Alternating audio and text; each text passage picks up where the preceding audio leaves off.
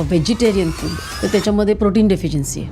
तुम्ही त्या विषयातले तज्ज्ञ आहात तर तुम्हाला काय वाटतं? स्पिरुलिना हे असं फूड प्रॉडक्ट आहे, अन्नपदार्थ आहे, जो भविष्यामध्ये जगाची भूक भागवू शकेल, म्हणून त्याला सुपरफूडचा दर्जा देण्यात आला. आपल्याला एका वेळेच्या जेवणातून जेवढं न्यूट्रिशन मिळतं तेवढंच न्यूट्रिशन आपल्याला फक्त 1 ग्रॅम स्पिरुलिनामधून मिळतं.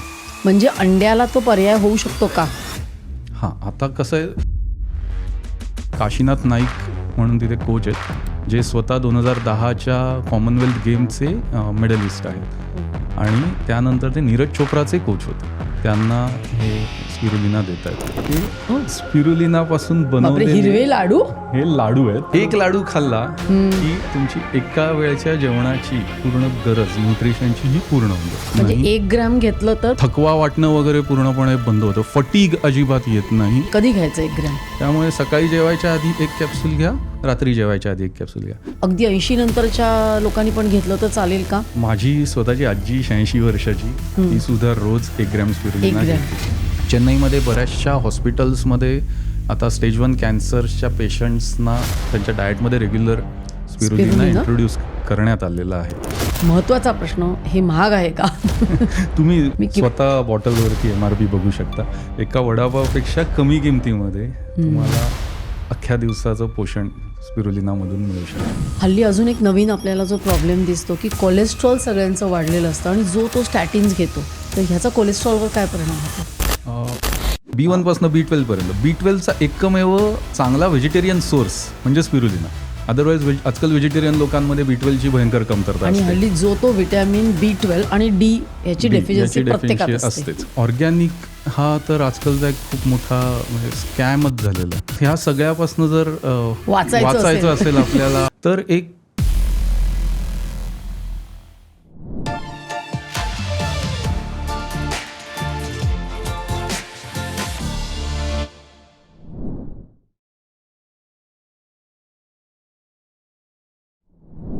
नमस्कार डॉक्टर विक्रांतजी, तुमचं सर्व काहीमध्ये खूप खूप स्वागत आहे. नमस्कार.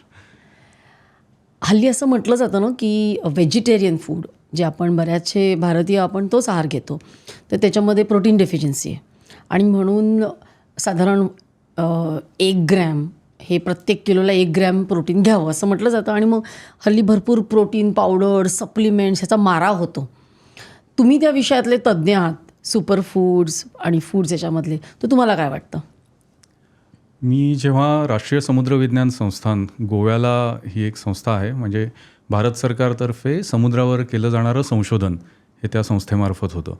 मला तिथून PhD करण्याची संधी मिळाली आणि PhD करत असताना समुद्रामध्ये जे शैवाल असतात, ज्याला सीवीड्स म्हणतो आपण, त्या शैवालांपासून बायोडिझेल बनवता येईल का, असा तो माझ्या PhDचा टॉपिक होता. दुर्दैवाने भारतीय समुद्रात मिळणाऱ्या शैवालांपासून आम्हाला तेवढ्या प्रमाणामध्ये बायोडिझेल बनवता आलं नाही की रस्त्यावर कमर्शियली म्हणजे गाड्या चालतील त्या बायोडिझेलनी.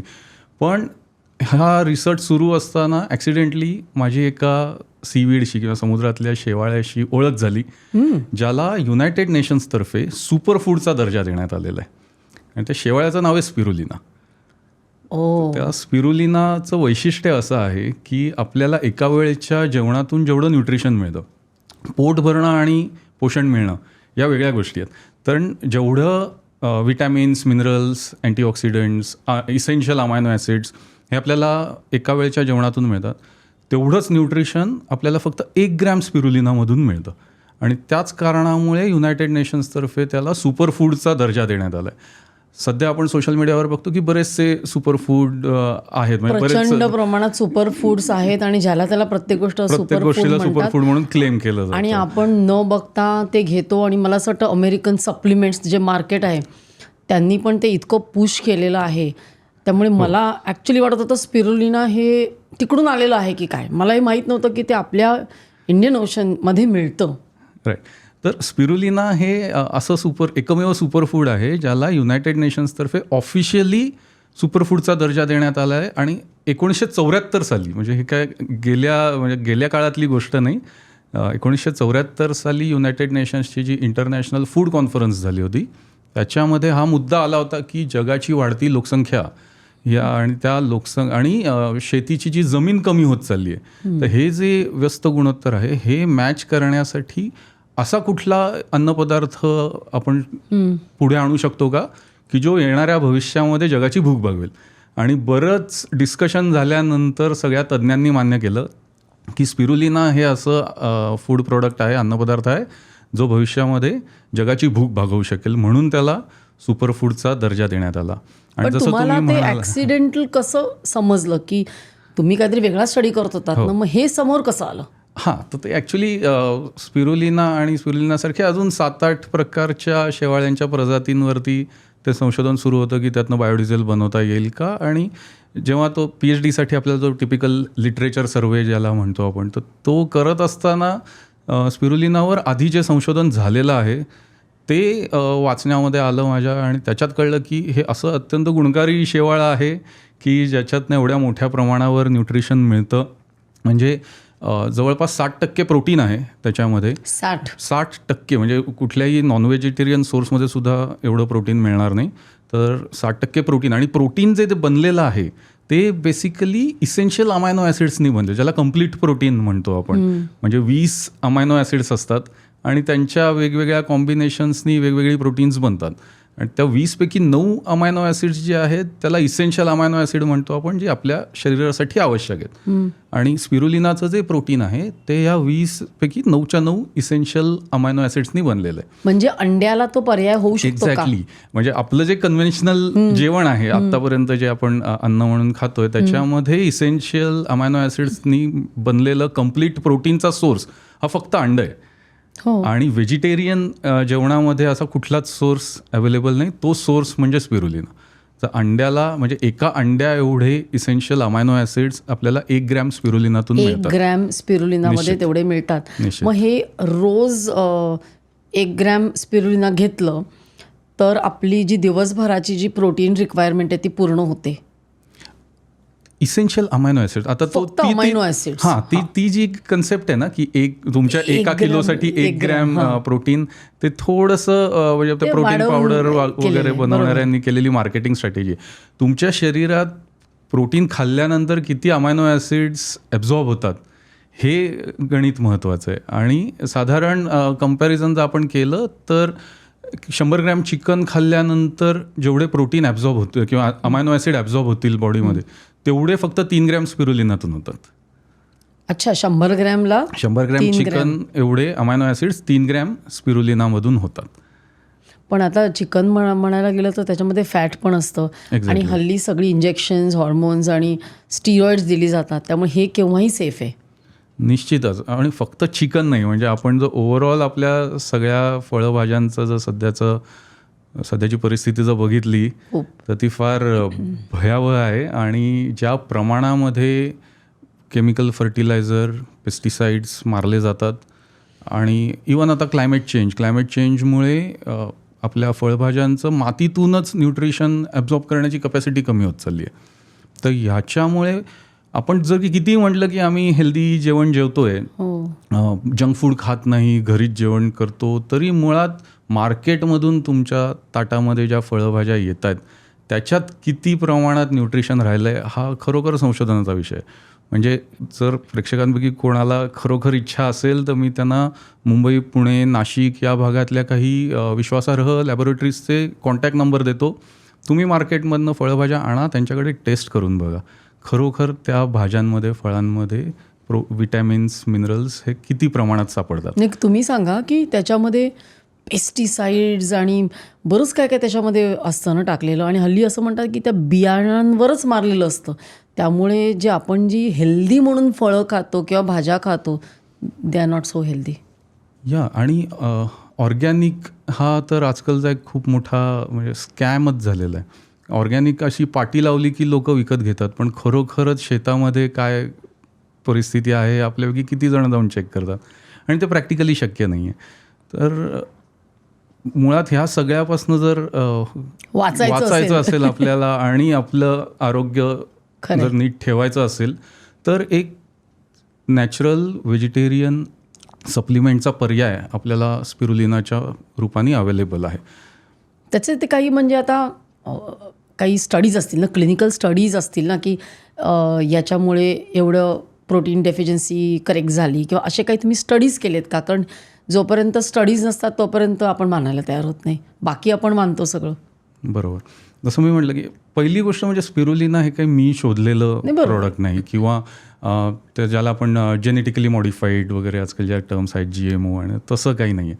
स्पिरुलिना हे एक नॅचरली खाडीच्या प्रदेशामध्ये सापडणारं शेवाळं आहे आणि गेल्या काही कोटी वर्षांपासून तो जो शेवाळ्यांचा ग्रुप आहे तो त्या कंडिशनमध्ये पृथ्वीवर अस्तित्वात आहे. म्हणजे असं समजलं जातं की तो बॅक्टेरिया आणि वनस्पती ह्याच्यामधला तो एक उत्क्रांतीचा दुवा आहे. म्हणजे लिव्हिंग नॉन लिव्हिंगच्या मधलं आहे ना शेवाळं. प्रोबायोटिक आणि प्लांट्स ह्याच्यामधलं ते इव्होल्युशनच्या फेजमधली फेज आहे ती जी काही कोटी वर्षांपासून त्याच अवस्थेत आहे. त्यांची पुढे उत्क्रांती झाली नाही. तुम्ही म्हणालात ना प्रोबायोटिक, म्हणून मी विचारते.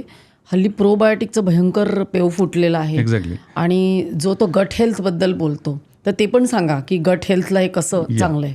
मी येतो म्हणजे त्या सगळ्या गट हेल्थ आणि बाकीच्या ज्या मेडिकल कंडिशन्स आहेत. म्हणजे स्पिरुलिना मुळात या सगळ्या गोष्टींवर एवढं गुणकारी का आहे हे समजण्यासाठी त्याचं जे सेल स्ट्रक्चर आहे ना ते समजणं फार महत्त्वाचं आहे आणि ते फार इंटरेस्टिंग आहे. म्हणजे त्याच्या पेशीचा जो आकार आहे तो बॅक्टेरियासारखा आहे. बॅक्टेरियाची पेशी जर आपण बघितलं तर त्याला सेल वॉल नसते आणि आपल्या वनस्पतींची म्हणजे प्लांट सेल आपण ज्याला म्हणतो त्याला सेल वॉल असते आणि त्या सेल वॉलमुळे आपल्याला उठसूट कुठलीही पानं खाता येत नाहीत कारण आपलं डायजेस्टिव्ह सिस्टीम सेल वॉल पचवू शकत नाहीत. पण स्पिरुलिनाची जी स्ट्रक्चर आहे बाहेरचं ते बॅक्टेरियासारखं आहे, त्याला सेल वॉल नाही पण आतलं जे कंटेंट आहे ते प्लांट्स आहे. म्हणजे त्याच्यामध्ये क्लोरोफिल आहे, पिगमेंट्स आहेत, बाकीचे प्रोटीन्स आहेत, बाकी विटॅमिन्स जे बाकी आपल्या वनस्पतींमध्ये मिळतात ते त्याच्या सेलमध्ये आहेत. तर स्पिरुलिना खाल्ल्यानंतर आपल्या डायजेस्टिव्ह सिस्टीमला ते पचवायला फारशी ताकद लावायला लागत नाही. त्याची बायो अवेलेबिलिटी ही जी टर्म आहे ना ती खूप जास्त आहे. बायो अवेलेबिलिटी जास्त असल्यामुळे आपल्याला त्यातले जे न्यूट्रिएंट्स आहेत ते जास्तीत जास्त प्रमाणात आपल्या शरीराला मिळतात आणि एकदा राईट अमाऊंट ऑफ न्यूट्रिशन आपल्याला मिळालं की मग पुढच्या बऱ्याचशा मेडिकल कंडिशन्सवरती त्याचा आपल्याला इम्पॅक्ट दिसतो. तर आता माझ्याकडे जे काही केस स्टडीज तयार झालेले आहेत त्यानुसार असं दिसतं की पहिला इफेक्ट आपल्याला एनर्जी लेवलवर दिसतो. थकवा वाटणं वगैरे पूर्णपणे बंद होतं. फटीग अजिबात येत म्हणजे नाही. 1 ग्रॅम घेतलं तर निश्चित जातो. पण मग ते सकाळी घ्यायचं, दुपारी, कधी घ्यायचं 1 ग्रॅम? 24 तासात कधी घेतलेलं चालतं. फक्त शक्यतो आम्ही रेकमेंड करतो की चहा आणि कॉफीसोबत घेऊ नका कारण टॅनिन आणि कॅफिनमुळे स्पिरुलिनाचं ॲब्झॉर्प्शन बॉडीमध्ये कमी होतं. तर एकतर रिकाम्या पोटी सकाळी घेता आलं 1 ग्रॅम तर वेल अँड गुड. किंवा आपल्याकडे प्रॉब्लेम असा आहे की हेल्दी राहण्यासाठी गोळ्या घ्यायच्या किंवा सप्लिमेंट्सचा अवेअरनेस अजून फारसा आलेला नाही आहे. त्याच्यामुळे बरीचशी लोक ते घ्यायला विसरतात. आजच्या गोळ्या घ्यायला राहिल्या, विसरलो असं होतं. मग तेव्हा मी लोकांना रेकमेंड करतो की जेवायला तर आपण विसरत नाही, मग जेवायच्या आधी तुम्ही ती 1 कॅप्सूल घ्या. जेवण्याबरोबर चालेल ती? जेवल्याबरोबर ॲब्झॉर्प्शनला काही प्रॉब्लेम नाही. टॅनिन आणि कॅफिनमुळे फक्त प्रॉब्लेम होतो, अदरवाईज आपल्या नॉर्मल जेवणामुळे काही प्रॉब्लेम होणार नाही. त्यामुळे सकाळी जेवायच्या आधी 1 कॅप्सूल घ्या, रात्री जेवायच्या आधी 1 कॅप्सूल घ्या आणि रेग्युलर जर घेतलं तुम्ही 8 ते 10 दिवसामध्ये तुम्हाला एनर्जी लेवलमध्ये फरक जाणवायला लागेल. फटीग पूर्णपणे बंद होईल. गुडघेदुखी, सांधेदुखी हे सगळे प्रॉब्लेम्स थांबतात आणि रेग्युलर महिना, 2 महिने, 3 महिने डिपेंडिंग ऑन काय डेफिशियन्सी आहे प्रत्येकाच्या शरीरात मग त्याच्यामध्ये वेगवेगळ्या मेडिकल कंडिशन्समध्ये त्याच्यावरती फायदे झालेले दिसलेत. जसं हिमोग्लोबिन कमी असतं बऱ्याचशा महिलांमध्ये कारण आपल्या रेग्युलर जेवणामध्ये आयर्नचा सोर्सच नाही आहे. त्याच्यामुळे ॲनिमियासाठी खूप चांगला फायदा दिसतो. केस गळतीवर याचा खूप चांगला फायदा दिसतोय.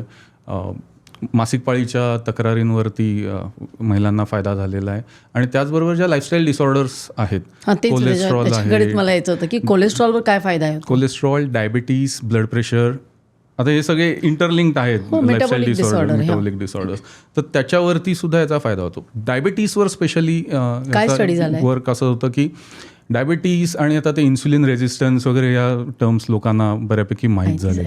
तर इन्सुलिन सेन्सिटिव्हिटी वाढवण्यासाठी जे घटक लागतात म्हणजे आपल्या शरीरातल्या पेशी साखर ॲब्झॉर्ब करण्यासाठी जे घटक लागतात, उदाहरणार्थ तुमचं विटॅमिन B12 असेल, मॅग्नेशियमसारखे मिनरल्स असतील आणि अँटीऑक्सिडंट्स आहेत, गॅमा लिनिलोनिक ॲसिड, अल्फा लॅपोइक ॲसिड.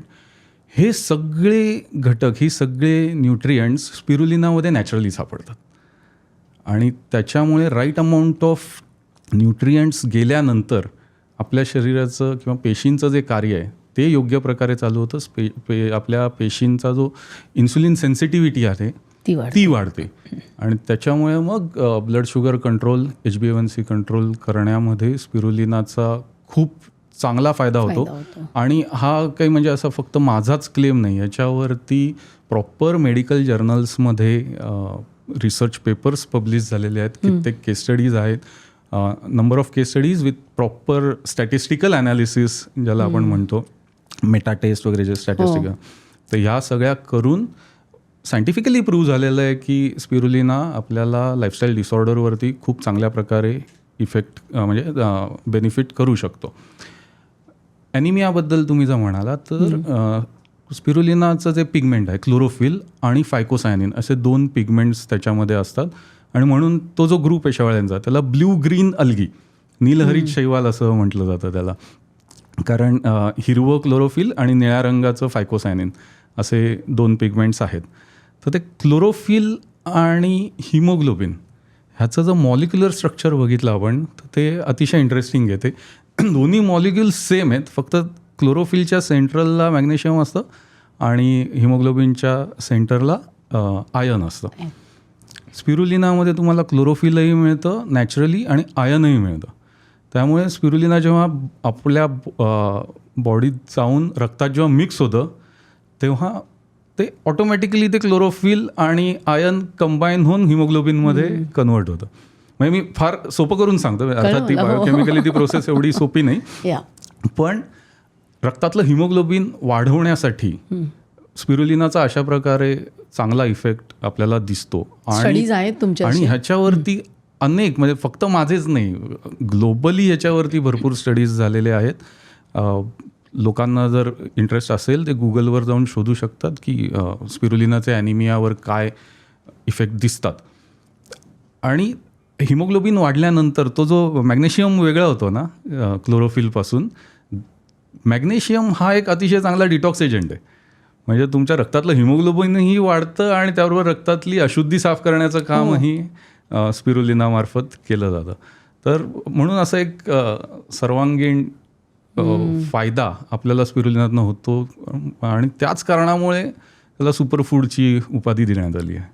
हल्ली अजून एक नवीन आपल्याला जो प्रॉब्लेम दिसतो की कोलेस्ट्रॉल सगळ्यांचं वाढलेलं असतं आणि जो तो स्टॅटिन्स घेतो आणि असं दिसून आलं की स्टॅटिन घेतलं की अल्झायमरची शक्यता वाढते. तर ह्याचा कोलेस्ट्रॉलवर काय परिणाम होतो? त्यातला LDL म्हणजे कोलेस्ट्रॉलमधलं जे बॅड कोलेस्ट्रॉल गुड कोलेस्ट्रॉल, त्यातलं LDL जे आहे बॅड कोलेस्ट्रॉल ते कमी करण्याचं काम स्पिरुलिना करतं आणि ह्याच्यावर सुद्धा भरपूर रिसर्च झालेला आहे.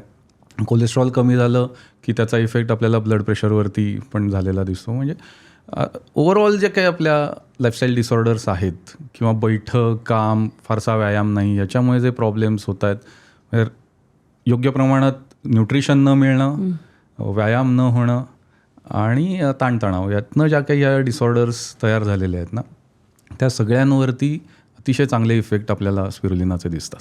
मग त्याच्यामध्ये कोणती विटॅमिन्स किंवा मिनरल्स आहेत जी आपण सप्लिमेंट म्हणून घेतो? जसं मग मी प्रोटीनबद्दल म्हटलं की इसेन्शियल अमायनो ॲसिड्स तर सगळे आहेत, त्याचबरोबर याच्यात 12 विटॅमिन्स नॅचरली मिळतात. आपण शाळेत शिकलेलं असतो ना की विटॅमिन A साठी गाजर खा, पपई खा, किंवा डोळ्यासाठी, किंवा आपल्या विटॅमिन C साठी सिट्रस फ्रुट्स खा. तर ह्याच्यामध्ये विटॅमिन A, विटॅमिन Bचं पूर्ण कॉम्प्लेक्स म्हणजे B1 पासून B12 पर्यंत. B12चा एकमेव चांगला व्हेजिटेरियन सोर्स म्हणजे स्पिरुलिना. अदरवाईज आजकाल व्हेजिटेरियन लोकांमध्ये B12ची भयंकर कमतरता असते. हल्ली जो तो विटॅमिन B12 आणि D याची डेफिशियन्सी असतेच, कारण उन्हात जात नाही आणि व्हेजिटेरियन जेवणातनं B12 थोडं मिळत नाही. पण B12 द्यायचं म्हटलं की नॉर्मली रेकमेंड केलं जातं की सी फूड खा, म्हणजे सी फूडमधनं तुम्हाला B12 जास्त प्रमाणात मिळतं. पण सी फूड म्हटलं की आपल्या डोळ्यासमोर फक्त मासे किंवा क्रॅब्स, शेलफिश एवढंच येतं. हे सुद्धा सी फूडच आहे, हे सुद्धा समुद्रातनंच आलेलं आहे आणि व्हेजिटेरियन आहे. त्यामुळे व्हेजिटेरियन लोकांसाठी B12 वाढवण्याचा एक अतिशय चांगला पर्याय म्हणजे स्पिरुलिना. तर हे सगळी विटॅमिन्स 12 विटॅमिन्स आहेत.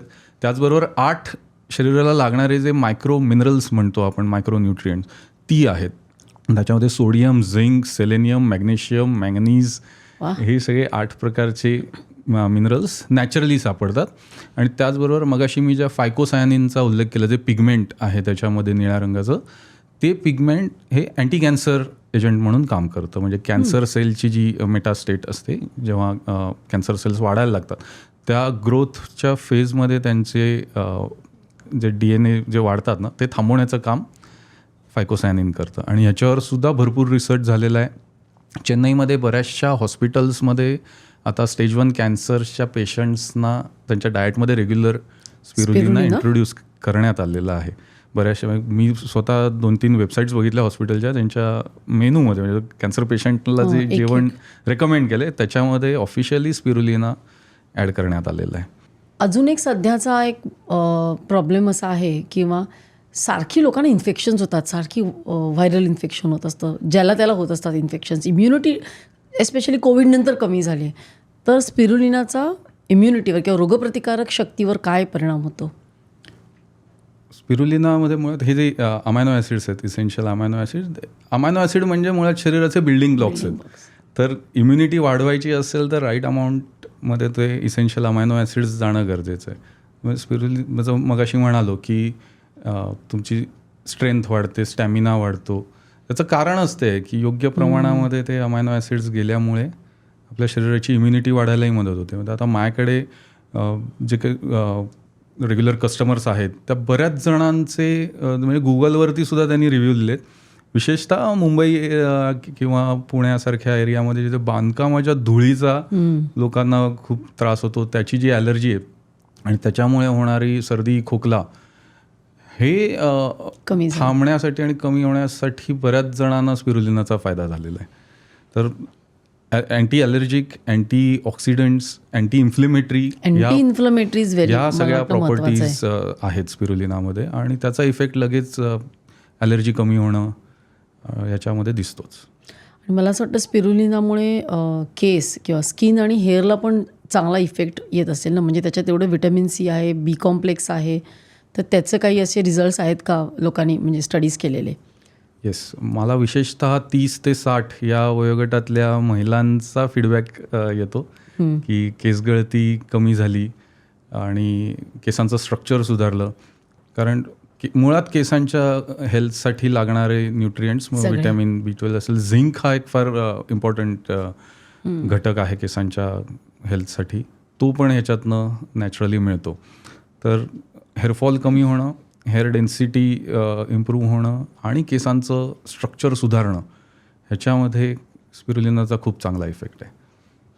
आणि एखादा जर जिममध्ये जाऊन खूप वर्कआउट करत असेल, कारण त्यांची प्रोटीन रिक्वायरमेंट जास्त असते, तर त्यांनी 1 ग्रॅमच्या वर घेतलं तर चालतं का? हां, आता कसं आहे, WHO त्याचा 3 ग्रॅम पर डे हा सेफ डोस रेकमेंड केलेला आहे. ते 3 ग्रॅम कुठून आलं? कारण नासानी ह्याच्यावरती भरपूर संशोधन केलेलं होतं आणि नासाला असं लक्षात आलं की साधारण 1 किलो असॉर्टेड फळभाज्या खाल्ल्यानंतर जेवढं न्यूट्रिशन मिळतं किंवा एका वेळेच्या जेवणातून जेवढं न्यूट्रिशन मिळतं तेवढं 1 ग्रॅममधून मिळतं. तर कन्सिडरिंग तुमचा ब्रेकफास्ट, लंच आणि डिनर म्हणजे 3 मील्स कन्सिडर करता 3 ग्रॅम हे सेफ डोस म्हणून रेकमेंड केलं आहे. पण जेव्हा मी सुरू केलं लोकांना 3 ग्रॅम द्यायला, तेव्हा असं लक्षात आलं की आपण भारतीय लोकांना पहिल्यापासूनच न्यूट्रिशन डेफिशियंट असतो. लहानपणापासून खाण्याची नाटकं असतात, ही भाजी आवडत नाही, मुलं भाज्या खात नाही. तर त्याच्यामुळे सडनली जास्त प्रमाणामध्ये विटॅमिन्स आणि मिनरल्स आल्यामुळे काही लोकांना ब्लोटिंग, कॉन्स्टिपेशन असे साईड इफेक्ट दिसले. त्यामुळे तो 3 ग्रॅमचा डोस आता मी 1 ग्रॅमवर आणला आहे की जो साधारण एक टिपिकल बैठी लाईफस्टाईल असेल, 8 ते 10 तास बसून काम करत असाल, फारसा व्यायाम करत नसाल, तर अशा लोकांना 1 ग्रॅम पर डे हा सेफ डोस म्हणून चालतो. आणि जर तुमचं हेवी वर्कआउट असेल, म्हणजे दिवसाला कमीत कमी तुम्ही तास 1.5 तास इंटेन्स वर्कआउट करत असाल, तर 2 ग्रॅमपर्यंत सुरुवातीला घेऊ शकता. आणि जे खेळाडू आहेत, विशेषतः म्हणजे पर्टिक्युलरली स्पोर्ट्समध्ये आहेत किंवा endurance sports, marathon, running, trekking जर करत असाल, तर तुम्ही 3 ग्रॅमपर्यंत घेऊ शकता. आणि माझं स्पिरुलिना सध्या मी इंडियन आर्मीच्या ॲथलीट्सना सप्लिमेंट म्हणून देतो. पुण्यामध्ये आर्मी स्पोर्ट्स इन्स्टिट्यूट आणि कॉलेज ऑफ मिलिटरी इंजिनिअरिंग आहे, तिथे त्यांची आर्मीची रोईंगची टीम आहे. तर रोईंग असा खेळ आहे की जिथे फार इंटेन्स ताकद, म्हणजे तुमच्या आर्म्समध्ये आणि याच्यात ताकद फार लागते, स्टॅमिना पण फार लागतो. तर त्या टीमला आर्मीचं तिथल्या ज्या डायटिशियन्स आहेत त्या स्पिरुलिना रेकमेंड करतात. आणि आर्मीवाले जे आहेत ते म्हटलं दिवसाला 5 ग्रॅमपर्यंत सुद्धा, 5 ग्रॅम? कारण त्यांचा तो वर्कआउटच तेवढा इंटेन्स आहे, त्यामुळे ते तेवढा 5 ग्रॅम स्पिरुलिना डायजेस्ट करू शकतात. पण अदरवाईज नॉर्मल तुम्ही स्पोर्ट्समध्ये असाल तर 2 ग्रॅमपर्यंत घेऊ शकता. अगदीच हेवी असेल तुमचं वर्कआउट, इंटेन्स म्हणजे रेग्युलर मॅरेथॉन धावत असाल तर 3 ग्रॅमपर्यंत सुद्धा घेऊ शकता. आणि नॉर्मल लाईफस्टाईलला आम्ही फक्त सुरुवातीला 1 ग्रॅम सांगतो. पण आता ना हल्लीची तरुण मुलं ना, जसं तुम्ही म्हणाला जंक फूड खातात, भाज्या खात नाहीत, ह्या सगळ्या आयांचा प्रॉब्लेम असतो. आणि अगदी म्हणजे 80 नंतरचे जे असतात त्यांना जात नाही जेवण.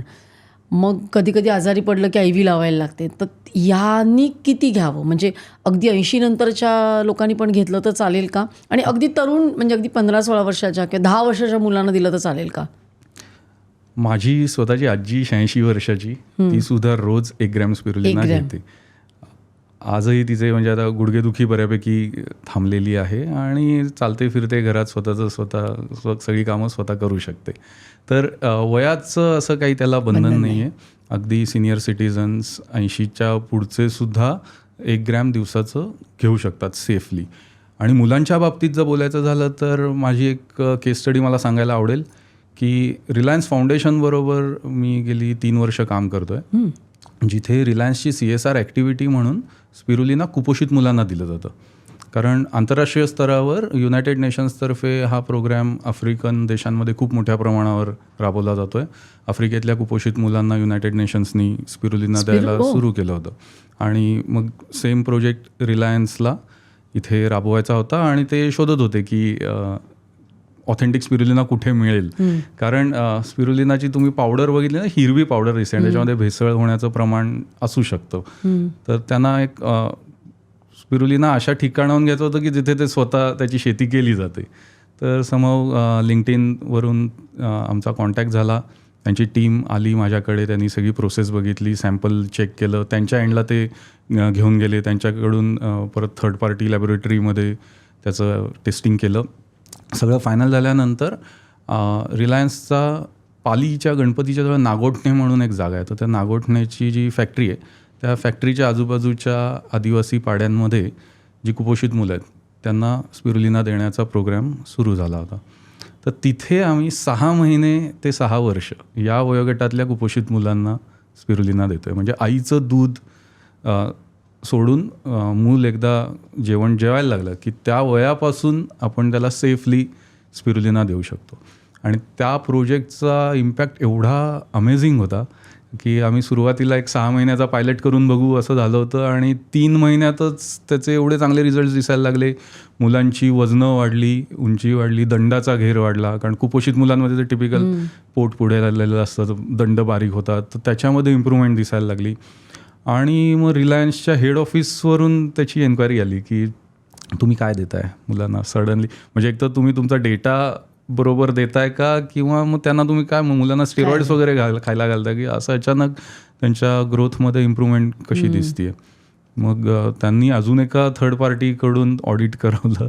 ते ऑडिट झाल्यानंतर जेव्हा त्यांना खात्री पडली की नाही हे कम्प्लिटली नॅचरल आणि व्हेजिटेरियन आहे स्पिरुलिना आणि खरोखर त्याचा एवढा चांगला इम्पॅक्ट दिसतो आहे, तर रिलायन्स इंडस्ट्रीतर्फे त्याची दखल म्हणजे राष्ट्रीय पातळीवर घेतली गेली. रिलायन्स इंडस्ट्रीजचा जो कम्प्लीट ऑल ओव्हर इंडियाचा जो ॲन्युअल रिपोर्ट बनतो त्याच्यामध्ये त्यांनी या प्रोजेक्टबद्दल आणि या प्रोडक्टबद्दल मेन्शन केलं होतं. तर म्हणजे लहान मुलांनासुद्धा हे चालतं, विशेषतः वयात येणाऱ्या किंवा वाढीच्या वयातली जी मुलं आहेत त्यांच्यासाठी तर खूपच चांगले इफेक्ट्स याचे दिसत आहेत. जी मुलं शाळेमध्ये स्पोर्ट्समध्ये आहेत त्यांनाही याचा खूप चांगला इफेक्ट आहे. म्हणजे त्या आर्मी स्पोर्ट्स इन्स्टिट्यूटमध्ये जी लहान मुलं आहेत त्यांनासुद्धा हे देत आहेत. तिथली एक केस स्टडी मला सांगायला आवडेल की काशीनाथ नाईक म्हणून तिथे कोच आहेत, जे स्वतः 2010च्या कॉमनवेल्थ गेमचे मेडलिस्ट आहेत आणि त्यानंतर ते नीरज चोप्राचे कोच होते तिकडे पर्सनल. तर नीरज चोप्राचे जे कोच आणि आता नीरज नंतर येणारी जी बॅच आहे जॅव्हलिन थ्रोची त्यांना हे स्पिरुलिना देत आहेत. पुण्याला जे बालेवाडी स्टेडियम आहे, छत्रपती शिवाजी महाराज क्रीडा संकुल म्हणतो आपण, म्हणजे बरेचसे स्पोर्ट्स आहेत. तर तिथले स्विमिंगचे कोचेस, बॉक्सिंगचे कोचेस आणि आत्ता जस्ट गेल्या आठवड्यातली केस स्टडी होती की फेन्सिंग म्हणजे तलवारबाजीचा जो आहे त्या टीमला सुद्धा आता त्यांनी माझं स्पिरुलिना सप्लिमेंट म्हणून द्यायला सुरू केलं आहे. तर अगदी लहान बाळं, शाळेतली मुलं, वयात येणारी मुलं, ॲथलीट्स, आर्मी आणि मिड एज विमेन आपण ज्यांना म्हणूया, साधारण 30 ते 60 या वयोगटातल्या महिला ज्यांना typically calcium deficiency, iron deficiency, premenopausal hormonal imbalance, केस गळती हे प्रॉब्लेम होतात, हे सगळे, आणि सिनियर सिटिझन्स की ज्यांचा आहार कमी झालेला आहे त्याच्यामुळे थकवा येतो, या सगळ्यांना स्पिरुलिना अगदी सेफ आहे. नॅचरली ते घेऊ शकतात, कुठलाही साईड इफेक्ट होत नाही. त्या योग्य प्रमाणात जर घेतलं तर त्याचा कुठलाही साईड इफेक्ट दिसत नाही, झाला तर फायदाच होतो. मग त्याच्यात कुठल्या हेवी मेटल किंवा इम्प्युरिटीज नसतात. म्हणजे तुम्ही शेती कशी करता, पहिली गोष्ट म्हणजे शेती म्हणजे असं वाटतं की ते जमिनीवर केली जाते. ओके, जसं म्हटलं की ते खाडीच्या पाण्यात येणारं शेवाळ आहे, त्याच्यामुळे त्याची शेती ही सुद्धा पाण्यात होते.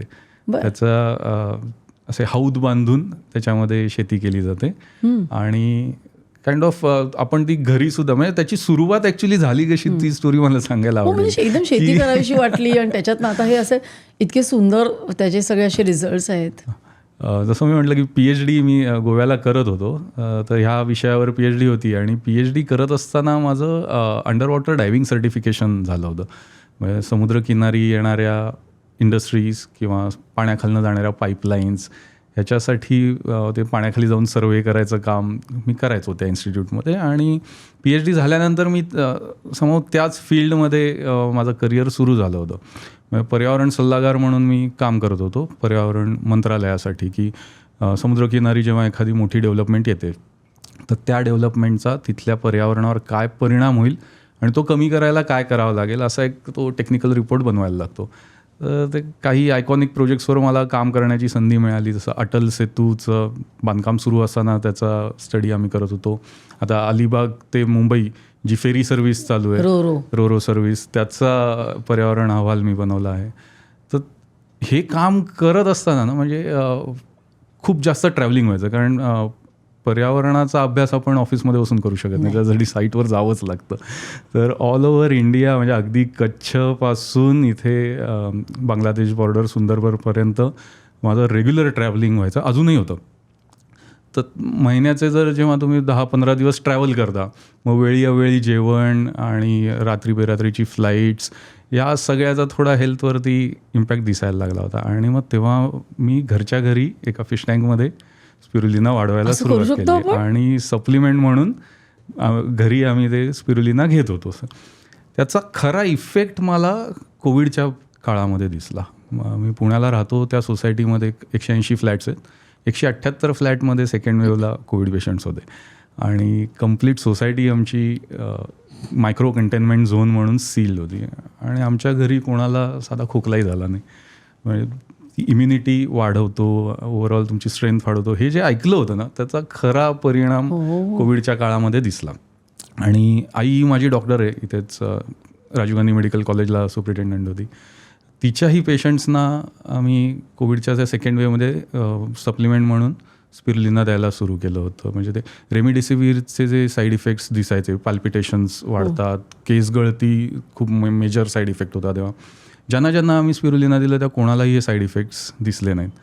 तिथे तो एक पॉईंट ट्रिगर झाला की जर हे खरोखरच एवढं गुणकारी आहे आणि आपण याचे फायदे बघतोय, स्वतः एक्सपिरियन्स करतोय, तर जास्तीत जास्त लोकांना याचा फायदा झाला पाहिजे, जास्तीत जास्त लोकांपर्यंत हे प्रोडक्ट पोचलं पाहिजे.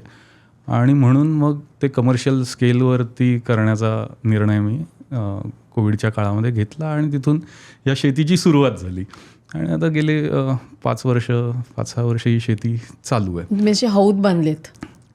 हां, उथळ हौद असतात ते, फार तर म्हणजे 1.5 फूट खोली असते, कारण एकदा ते शेवाळं पूर्ण वाढलं की त्याच्यात सूर्यप्रकाश 1 फुटाच्या खाली जात नाही. 1 फूट वाढतं?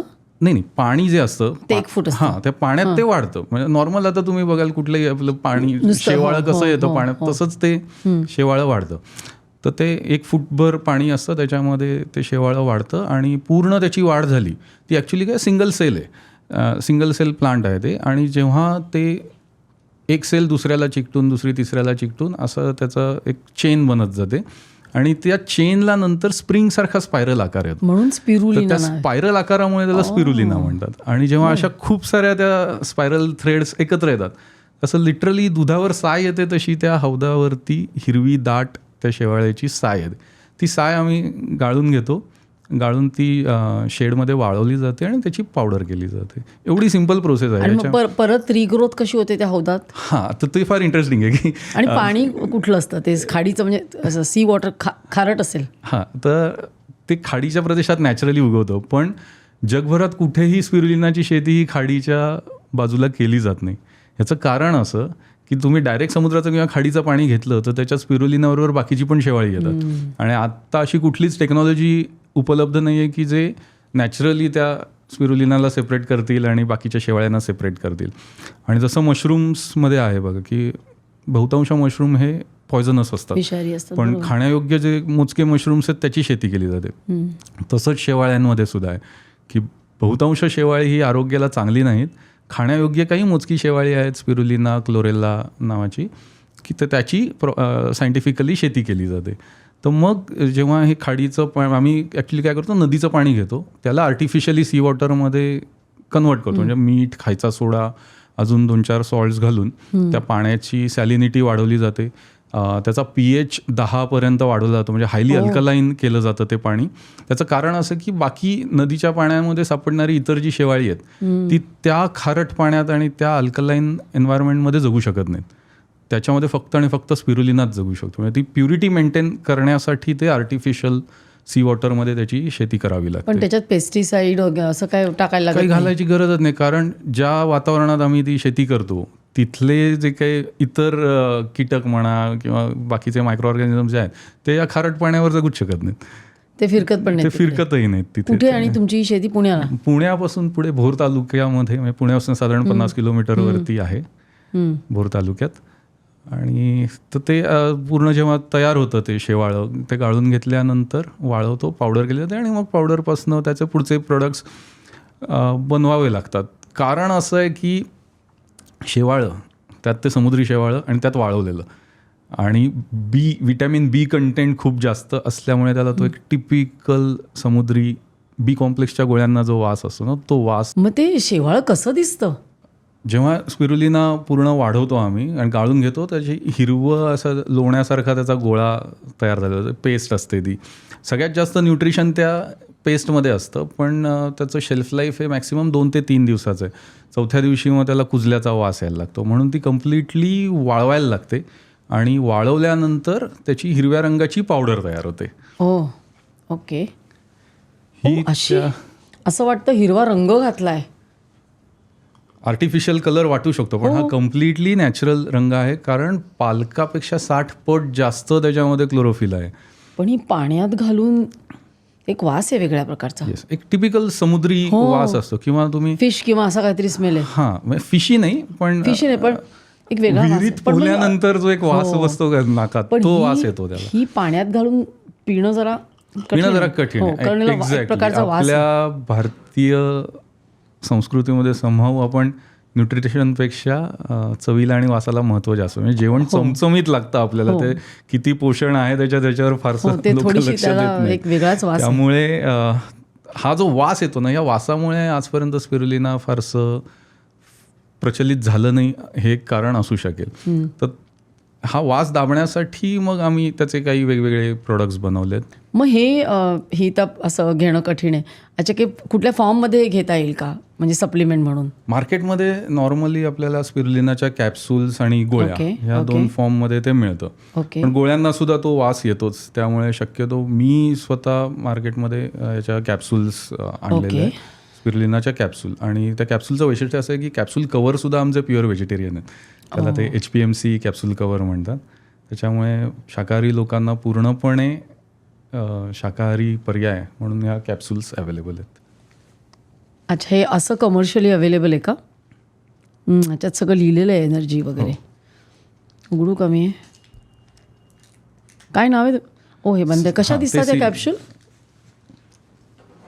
अच्छा अशा नॉर्मल कॅप्सूल आहेत आपल्या म्हणजे मार्केटमध्ये इतर. ह्याला एवढा वास नाही आहे. त्याला वास येणार नाही कारण ती पावडर पूर्णपणे एनकॅप्सुलेट कॅप्सूलचं कव्हर जास्त जाड तर नाही आहे म्हणजे आपल्याला. HPMC व्हेजिटेरियन म्हणजे तुम्ही जर ती कॅप्सूल ओपन करून त्याची पावडर काढून ते कॅप्सूल कव्हर जर पाण्यात टाकलं ना 15 मिनिटात ते कॅप्सूल कव्हर सुद्धा पाण्यामध्ये पूर्ण विरघळतं. एवढं ते सेफ आहे. म्हणजे आता अगदी 80 नंतरचे लोक म्हणा किंवा लहान मुलं असतात त्यांना सुद्धा ती कॅप्सूल घेणं कठीण होत असेल ना. म्हणजे तो डोस जो आहे 1 ग्रॅमचा तो देताना असं काहीतरी चांगल्या फॉर्ममध्ये. म्हणजे आम्ही कसं मुलांना भाज्या ह्या पिठात मिक्स करून त्याचे पराठे देतो, तशा प्रकारे काही आहे का अवेलेबल? मगाशी मी जो रिलायन्स फाउंडेशनच्या प्रोजेक्टबद्दल बोललो तर तो 6 महिने ते 6 वर्ष एवढ्या लहान मुलांना ते द्यायचं होतं. तर एवढ्या लहान मुलांना कॅप्सूल गिळणं शक्य नव्हतं आणि तो जो वास येतोय पावडरला त्या वासामुळे त्यांचे पालक ती पावडर द्यायला तयार नव्हते. तर त्यांच्यासाठी एक स्पेशल वेगळं प्रॉडक्ट आम्ही त्यावेळेस बनवलं आणि आता ते बऱ्यापैकी इतर लोकांमध्ये सुद्धा फेमस झालं आहे. म्हणजे इव्हन आर्मीचे ॲथलीट्स सुद्धा तेच प्रॉडक्ट प्रेफर करतात. गोळ्या नको, आम्हाला ते प्रॉडक्ट द्या. आपल्याला खायला काहीतरी आवडतं. खायला आवडतं. ते स्पिरुलिनापासून बनवलेले हिरवे लाडू. हे लाडू आहेत. सगळे प्रेक्षक बघतील हिरवे लाडू. एक लाडू खाल्ला की तुमची एका वेळच्या जेवणाची पूर्ण गरज न्यूट्रिशनची ही पूर्ण होते. हा एक लाडू मी खाल्ला म्हणजे मला जेवायला नको. पोट भरणं आणि न्यूट्रिशन ह्या वेगळ्या गोष्टी आहेत. पण तुम्ही जर खरोखर ब्रेकफास्टला खाल्ला ना तर संध्याकाळी 4-4:30 पर्यंत तुम्ही सस्टेन करू शकता. हो. कसा लागतो? कशाने बनवला हा लाडू? तो नॉर्मल शेंगदाण्याचा लाडू आहे पण त्याच्यामध्ये गूळ, शेंगदाणा, वेलची पावडर, स्पिरुलिना एवढंच आहे. पण ती रेसिपी अशी डेव्हलप केलेली आहे की सगळ्या टीमला एक देऊन टाकते. हो निश्चित. उलट म्हणजे मी तर रेकमेंड करेन की सकाळी आल्यानंतर एक लाडू खा आणि तो जो इफेक्ट आहे एनर्जी संध्याकाळपर्यंत काम करा. संध्याकाळपर्यंत तुम्ही बघू शकता. बघते खाऊन कसं आहे. निश्चित. माझ्यात कळत पण नाही. मग अशी पावडरला जो वास होता तो या लाडूमध्ये तुम्हाला अजिबात येणार. कसं काय? तीच तर कमाल आहे. म्हणजे जवळपास 6 महिने लागले ती रेसिपी डेव्हलप करायला. की मोहोर सुपरफूड्स कंपनीचे लाडू. येस. की स्पिरुलिनाची न्यूट्रिशन कॉम्पोजिशन कॉम्प्रोमाइज न करता त्याचा वास पूर्णपणे दाबणं हे सगळ्यात मोठं चॅलेंज होतं. कारण स्पिरुलिना आपल्याला शिजवता येत नाही कुठल्याही प्रोसेसमध्ये. म्हणजे बेकिंग, फ्राईंग, रोस्टिंग हे करताना त्याचं टेम्परेचर जर 50 डिग्रीच्या वर गेलं तर त्याच्यातले सगळे डेलिकेट विटॅमिन्स आणि अँटीऑक्सिडंट्स हे डिस्ट्रॉय होतात. मग त्यातनं जो इफेक्ट मिळायला पाहिजे तो मिळत नाही. त्यामुळे स्पिरुलिना हे कच्च्या फॉर्ममध्ये देणं हेच गरजेचं आहे आणि तो वास त्याचा कमी करून त्याचं न्यूट्रिशन मेंटेन ठेवणं हे सगळ्यात मोठं चॅलेंज आहे जे आम्हाला या लाडू. थोडंसं म्हणजे कळतं की आपण काहीतरी एखादं पान खावं किंवा असं आहे तसं, पण खाता येईल असं आहे. खाता येईल असं आहे. कुठलाही त्याला तो एक फिश स्मेल किंवा असं काहीही नाही आहे. खूप छान आहे. मला एक विचारायचं आहे की हल्ली सप्लिमेंट म्हटलं ना की महाग असतात, म्हणजे मुद्दामून केलेली असतात महाग. आता हे म्हणजे सगळं गुणकारी आहे, ह्याच्यात एक घेतलं की तुमचं सगळं भागतं. तर हे महत्त्वाचा प्रश्न, हे महाग आहे का? तुम्ही स्वतः बॉटलवरती MRP बघू शकता. ती एक बाटली जी आहे ती एका व्यक्तीला 1 महिना पुरते. 450 म्हणजे दिवसाला 15 रुपये. तुम्ही टपरीवर जाऊन चहा जरी प्यायलात 2 वेळा तरी 20 रुपये होतात. एक वडापाव पण 20 रुपयाला मिळतो. तर एका वडापावपेक्षा कमी किमतीमध्ये तुम्हाला अख्ख्या दिवसाचं पोषण स्पिरुलिनामधून मिळू शकतं. तर ते सर्वसामान्यांच्या खिशाला परवडणारं आहे. आणि मुळात असं आहे की इथेच आपल्याकडेच पिकल्यामुळे आणि लोकांपर्यंत ते पोचवता आल्यामुळे अतिशय रास्त दरामध्ये आपण ग्राहकांपर्यंत ते पोचवू शकतो. आणि हे लाडू कुठे मिळतील? म्हणजे जर आपल्या प्रेक्षकांना घ्यायचे असतील तर? कॅप्सूल्स आणि लाडू हे दोन्ही ही माझं स्वतःचं ई-कॉमर्स प्लॅटफॉर्म आहे, त्याच्यावर मिळेल. त्या वेबसाईटवरनं ते घेऊ शकतात. आम्ही सुरुवातीला काही दुकानांमध्ये ठेवून बघितले होते पण मुळातच स्पिरुलिनाबद्दल कोणाला फारसा अवेअरनेस नसल्यामुळे हे काय आहे हेच लोकांना माहीत नव्हतं. आणि ज्या दुकानात आम्ही ठेवले होते, जेव्हा तो दुकानदार सांगायचा 1 लाडू खा तुम्हाला दिवसभरात सगळं न्यूट्रिशन मिळेल, तर त्याच्यावर कोणी विश्वासच ठेवला नाही. तर त्यामुळे सोशल दुकानदारांनी सांगणं वेगळं एक्झॅक्टली आणि एखाद्या डॉक्टरनी सांगणं त्याच्यामध्ये खूप तर फरक त्यामुळे आहे. आम्ही आता ते कम्प्लिटली डिजिटल मार्केटिंग थ्रूच त्याचं तुमच्या मार्केटिंग करतो वेबसाईटवर आणि आहे ते. ई-कॉमर्स प्लॅटफॉर्म पण आम्ही डेव्हलप केलेला आहे की ऑल ओव्हर इंडिया तुम्हाला घरपोच त्याची ऑर्डर मिळू शकते. तर हे मला असं ते लाडू वगैरे म्हणजे एकदम असं खूप इंडियन आणि महाराष्ट्रीयन असं वाटायला लागलं. पण आता हे ना मला असं वाटतं की हे अमेरिकन ट्रेड आणि ते सगळं सुरू झाल्यापासून ना असं वाटतं की आपल्यामध्ये गैरसमज वाढतो आहे की आपल्याला सुपर फूड्स माहितीच नाहीत, आपल्याकडे मिळतच नाहीत, ती सगळी तिकडून इम्पोर्ट होतात. असं काही आहे? म्हणजे मला असं वाटतं स्पिरुलिनामुळे हा समज लोकांचा दूर होईल. नक्कीच. मुळात सप्लिमेंट्स आपण घेतोय म्हणजे हे काहीतरी पाश्चात्य फॅड आहे हा लोकांचा समज असतो आणि लोक असंही म्हणतात की आपलं भारतीय जेवण हे परिपूर्ण आहे, त्याच्यासाठी आहेच. वेगळं सप्लिमेंट घ्यायची गरज नाही. पण मग अशी जसं आपण बघितलं की बऱ्याचशा फळभाज्यांमध्ये न्यूट्रिशन कमी झाल्यामुळे जी खरोखर गरज आहे शरीराची ती आपल्या रोजच्या जेवणातनं पूर्ण होत नाही. त्यामुळे मग सप्लिमेंट्स आपल्याला घ्यावी लागतात. मग कुठले तरी सिंथेटिक सप्लिमेंट्स घेण्यापेक्षा किंवा फॉरेनमधनं इम्पोर्ट केलेली सप्लिमेंट्स घेण्यापेक्षा हे इथल्या मातीतपेक्षा पाण्यात पिकलेलं जे शेवाळं आहे त्या इथल्या पाण्यात जी शेती झालेली आहे तर कम्प्लिटली नॅचरल आणि भारतीय असा हा सप्लिमेंटचा पर्याय लोकांना अवेलेबल आहे. तर म्हणजे सिंथेटिक सप्लिमेंट्स घेण्यापेक्षा तुम्ही निश्चितच शाकाहारी आणि नैसर्गिक असलेलं स्पिरुलिना हा सप्लिमेंट म्हणून पर्याय निवडू शकता. खूपच छान. म्हणजे मला स्वतःलाच माहीत नव्हतं की स्पिरुलिना इतकं गुणकारी आहे आणि असं वाटतंय की सब दुखो की एक दवा आहे. म्हणजे आहेत क्लिनिकल ट्रायल्स आहेत, त्याच्यावर स्टडीज आहेत. मी सुद्धा आता परत जाऊन गुगलवर बघीन की काय काय त्याचे स्टडीज झालेले आहेत. तुम्ही इकडे आल्यामुळे म्हणजे खऱ्या अर्थाने म्हणजे असं म्हणण्यासाठी नाही पण मला बरंच काही कळलं आणि मला स्वतःला हेल्थ, वेलनेस, न्यूट्रिशनमध्ये भयंकर इंटरेस्ट आहे. तुमच्याकडून खूप छान माहिती मिळाली आणि मुख्य म्हणजे हे लाडू बऱ्याच जण पौष्टिक म्हटलं की ते टेस्टी नसतं, पण आता मी खाल्लेलं आहे आणि ते टेस्टी पण आहे, पौष्टिक पण आहे. त्यामुळे थँक्यू सो मच. तुम्ही इकडे आलात, बरंच काही माहिती दिलीत आणि छानसं लाडूचं पण मला खायला मिळालं. सर्व काहीतर्फे खूप खूप धन्यवाद. सर्व काहीसारख्या लोकप्रिय प्लॅटफॉर्मवर तुम्ही स्पिरुलिना हा विषय घेतलात आणि आपल्या माध्यमातनं जास्तीत जास्त लोकांपर्यंत स्पिरुलिनाबद्दल अवेअरनेस होईल याच्याबद्दल मी सर्व काहीच्या सर्व thank you so much. Thank you so much. तर प्रेक्षको, आज खूप वेगळाच एपिसोड होता.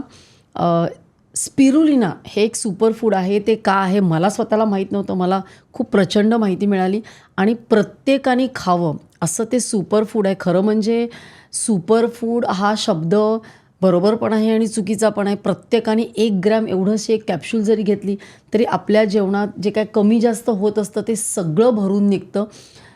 तुम्हाला या विषयावर अजून जर काही माहिती हवी असेल, तुमचे काही विचार असतील तर कॉमेंट्समध्ये लिहा, आम्हाला प्रश्न विचारा, तुमच्या प्रतिक्रिया कळवा. आणि तुम्हाला जर लाडू खायचे असतील किंवा रोज कॅप्सूल घ्यायचे असतील तर डॉक्टरांची स्वतःची वेबसाईट आहे मोहोर सुपरफूड्स. आम्ही डिस्क्रिप्शनमध्ये ते लिहूच. तर जरूर आम्हाला तुमच्या प्रतिक्रिया कळवा. हा एपिसोड महत्त्वाचा आहे. जास्तीत जास्त लोकांपर्यंत शेअर करा, कारण अजूनही लोकांना म्हणजे मलासुद्धा माहिती नव्हती स्पिरुलिना हे आपल्याकडेच वाढवलं जातं. जास्तीत जास्त लोकांना शेअर करा, लाईक करा आणि सर्व काहीला सबस्क्राईब करायला विसरू नका. पुन्हा भेटूया पुढच्या वेळी असाच एखादा वेगळा आणि महत्त्वाचा विषय घेऊन अशाच एक्सपर्ट गेस्टबरोबर सर्व काहीमध्ये.